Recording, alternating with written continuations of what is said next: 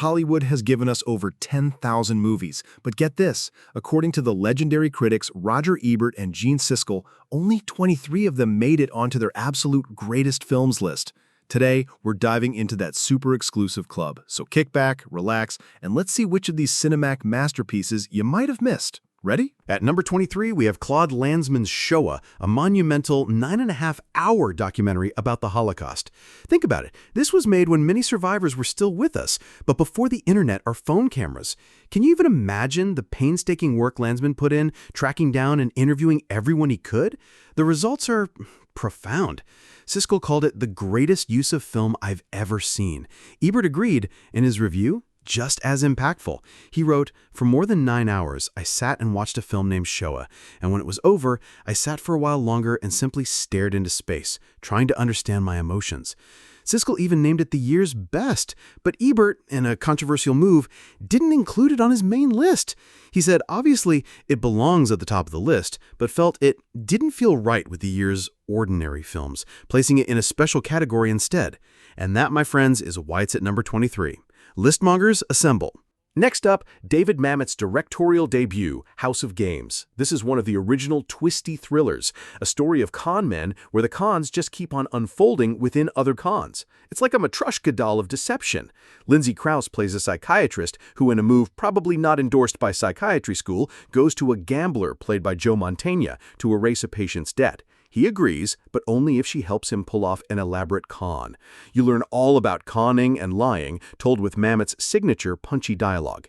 Ebert loved it because it felt so fresh at the time. Today's audiences might spot the twists, but back then, a total brainy treat. Woody Allen was really on a roll when he made Hannah and Her Sisters. This is a truly great New York comedy drama, weaving together a handful of characters connected to three sisters. It's just brimming with fantastic characters, performances, situations, and dialogue. Allen himself plays an ex-husband searching for meaning through religion. There's a scene where he brings home a cross and a loaf of Wonder Bread. Michael Caine and Diane Wiest both won Oscars for their roles.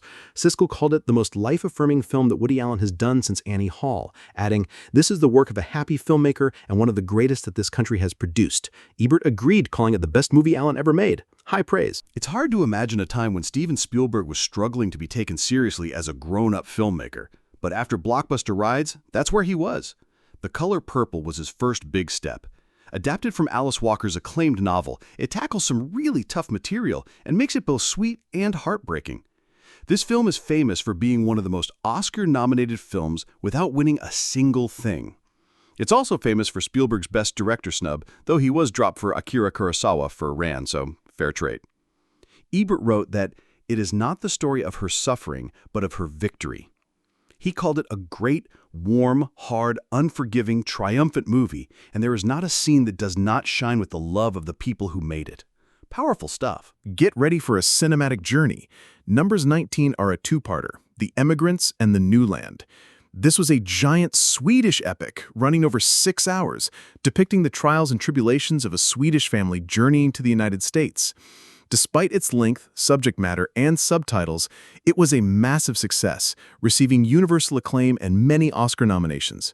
Siskel and Ebert, before their TV show, both selected these films together as a major benchmark of the year. In 1979, on a special episode, Siskel mentioned them as among the best of the decade, a true testament to enduring cinema. From French director Eric Rohmer, we have Claire's Knee. Rohmer was a late bloomer among his French New Wave colleagues, finding his stride in the late 60s and early 70s. He specialized in these wonderfully relaxed, summary films about romance among intelligent people and their intellectual attempts to understand all its strange nuances. In Claire's Knee, an older man on the verge of marrying becomes absolutely entranced by a young woman and entertains the notion of caressing her knee. His writer friend, looking for fodder, even encourages his behavior. Ebert wrote, "Claire's Knee is a movie for people who still read good novels, care about good films, and think occasionally." So, if that's you, this one's for you. James L. Brooks exploded from television to make his feature directorial debut with Terms of Endearment, based on Larry McMurtry's novel. Like Hannah and Her Sisters, it's this brilliant mix of comedy and drama, with strong characters and dialogue that just effortlessly slips between funny and painful. The performances are all terrific. Shirley MacLaine and Jack Nicholson won Oscars, and Deborah Winger and John Lithgow received nominations.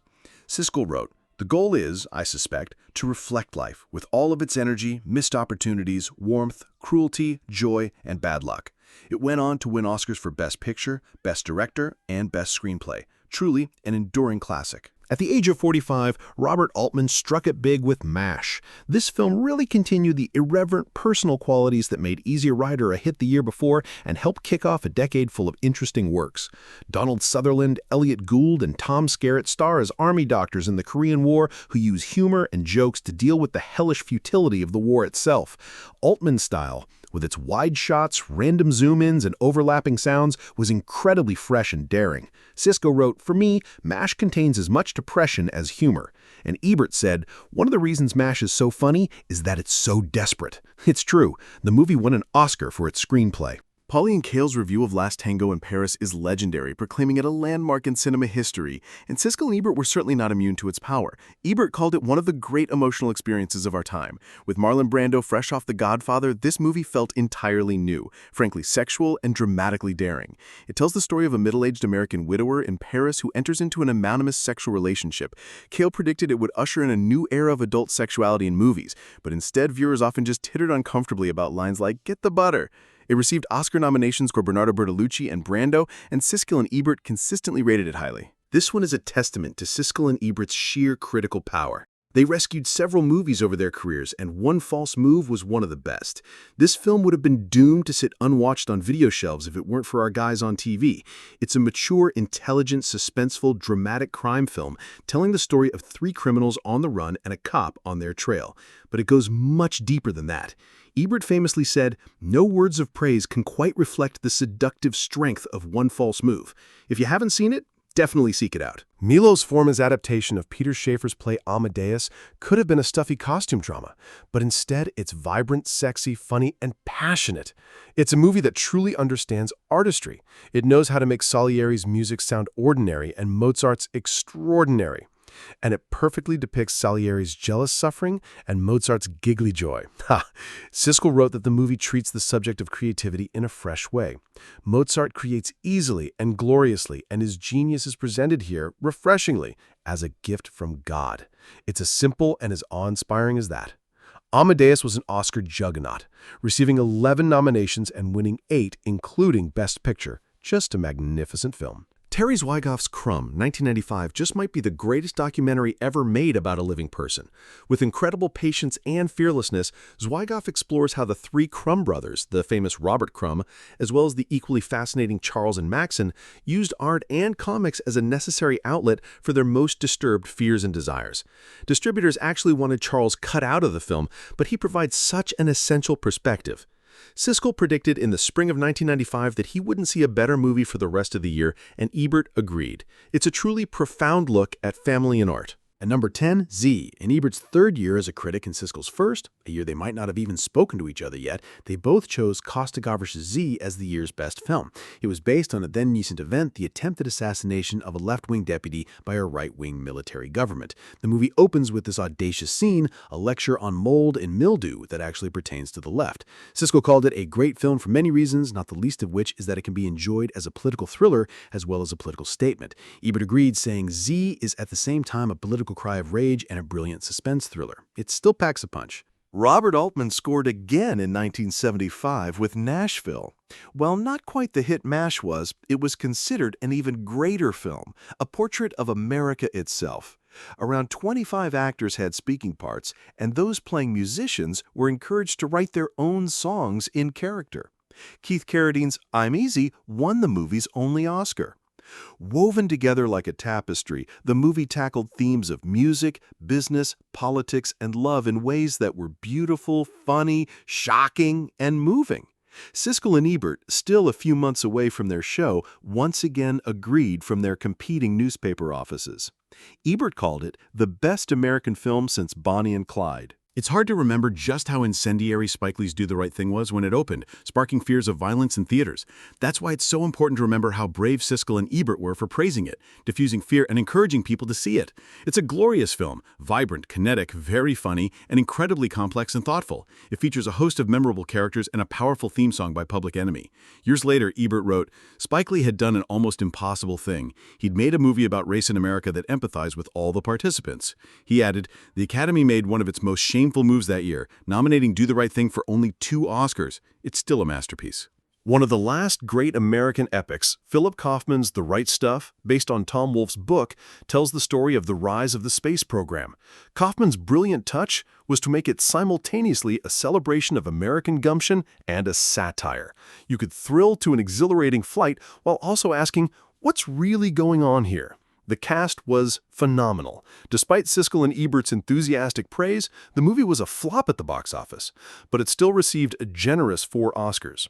In the Tribune, Siskel complained that publicity over astronaut John Glenn's real-life presidential bid threatened to dwarf the film, calling it, quote, possibly the least interesting aspect of The Right Stuff, a great American movie. Even if Steven Spielberg's early attempts to become an adult filmmaker didn't quite work, there's very little question that Schindler's List did. Shot in black and white with bits of color, it tells the story of the Holocaust through 2 incredibly complex characters, Oskar Schindler, who begins with a war profiteering scheme and ends up saving the lives of over 1,000 Jews, and Eamon Gough, the evil Nazi who occasionally struggles to reaffirm his beliefs. Aside from a few easily forgiven missteps, Spielberg's direction is incredibly intuitive, providing these little rest breaks, victories, and even some subtle humor as rewards for viewers who sit through the brutal, harsh moments. It's a film that stays with you. Oh, Fargo. It was the 6th film by Joel and Ethan Coen, but this was the first time Siskel and Ebert really went crazy about their work, calling it a great American movie. Siskel predicted in early spring that he wouldn't see a better movie for the rest of the year, and he was right. Fargo might feel like a typical lightweight comic crime movie, but it's full of unique touches, from the rhythm of the language to the seemingly throwaway moments that reveal so much about the characters' inner lives. Even the snowy cinematography is note-perfect. It won 2 Oscars, including one for Frances McDormand's lead performance. It's just endlessly rewatchable. At the end of 1989, Martin Scorsese's Raging Bull was overwhelmingly voted the best movie of the decade. Just a few months later, Scorsese, De Niro, and Pesci released a new movie, Goodfellas. It was a different kind of film, not as gritty as earlier works, but with a new kind of movement, a slick, exciting pace. Many of its moments, including the use of Layla and that final coke-fueled helicopter paranoia sequence, have entered the lexicon of film. Pesci won an Oscar for his performance. You think I'm funny? Well, universally acclaimed, the Academy preferred Dances with Wolves. On the show, Ebert said, it ranks with The Godfather in its portrait of a crime syndicate. Siskel replied, he makes moral stands. He makes films about sinners that's so refreshing in an artful, beautiful way. Amen. Steve James's Hoop Dreams is an extraordinary documentary about 2 inner-city kids in Chicago, William Gates and Arthur Agee, for whom basketball is one of the only ways out of poverty. It could easily qualify as the great American documentary. For 3 hours, Hoop Dreams follows them and their families in a way that truly makes you think about life. How many other players did James look at? Would Agee or Gates become the next Michael Jordan? Or is it just enough to dream? Ebert said simply, a film like Hoop Dreams is what the movies are for. By the end of the decade, Siskel was gone, but Ebert voted it the best movie of the 1990s, fiction or nonfiction. It's just phenomenal. This masterpiece, shot in black and white and based on the true story of Jake LaMotta, was a move in a more respectable direction for Martin Scorsese's more personal, streetwise films. It even came complete with the hype that Robert De Niro had gained some 60 pounds to play the older version of LaMotta. This is commonplace today among actors, but back then, it was a novelty, and it impressed everyone. Yet Raging Bull is hardly a sellout. It crackles with ferocious passion and hardly blinks an eye at the kind of violence that self-loathing can inspire. De Niro won an Oscar for Best Actor, as did editor Thelma Schoonmaker for her extraordinary boxing sequences. The film received 8 nominations in all. It would be number 1 on this list, but for a curious anomaly. Ebert ranked it number 2 on his top 10 list that year, second to The Black Stallion, though he later admitted his mistake. Of course, Raging Bull was a better film. 9 years later, both he and Siskel chose Raging Bull as the best of the decade. Siskel had this to say: Raging Bull suggests that if you are looking for the source of evil in the world, you don't have to look any further than yourself. It's inside you, or it isn't, and it comes out, or it doesn't. Deep. No question, Francis Ford Coppola's The Godfather is like the Citizen Kane of the second half of the 20th century. It's virtually ageless, and it feels fresh every single time you see it, no matter how many times you've seen it. Siskel chose it as one of his favorite movies of all time, and Ebert frequently mentioned it as one of the great movies. Ebert pointed out how cleverly Coppola structures his film to create sympathy for his heroes. He said, "Hearing the sadness and nostalgia of the movie's main theme, I realized what the music was telling us. Things would have turned out better if we had only listened to The Godfather." So there you have it, Ebert and Siskel's top 23 greatest films. How many of these cinematic masterpieces have you seen? And which one is your favorite? Let us know.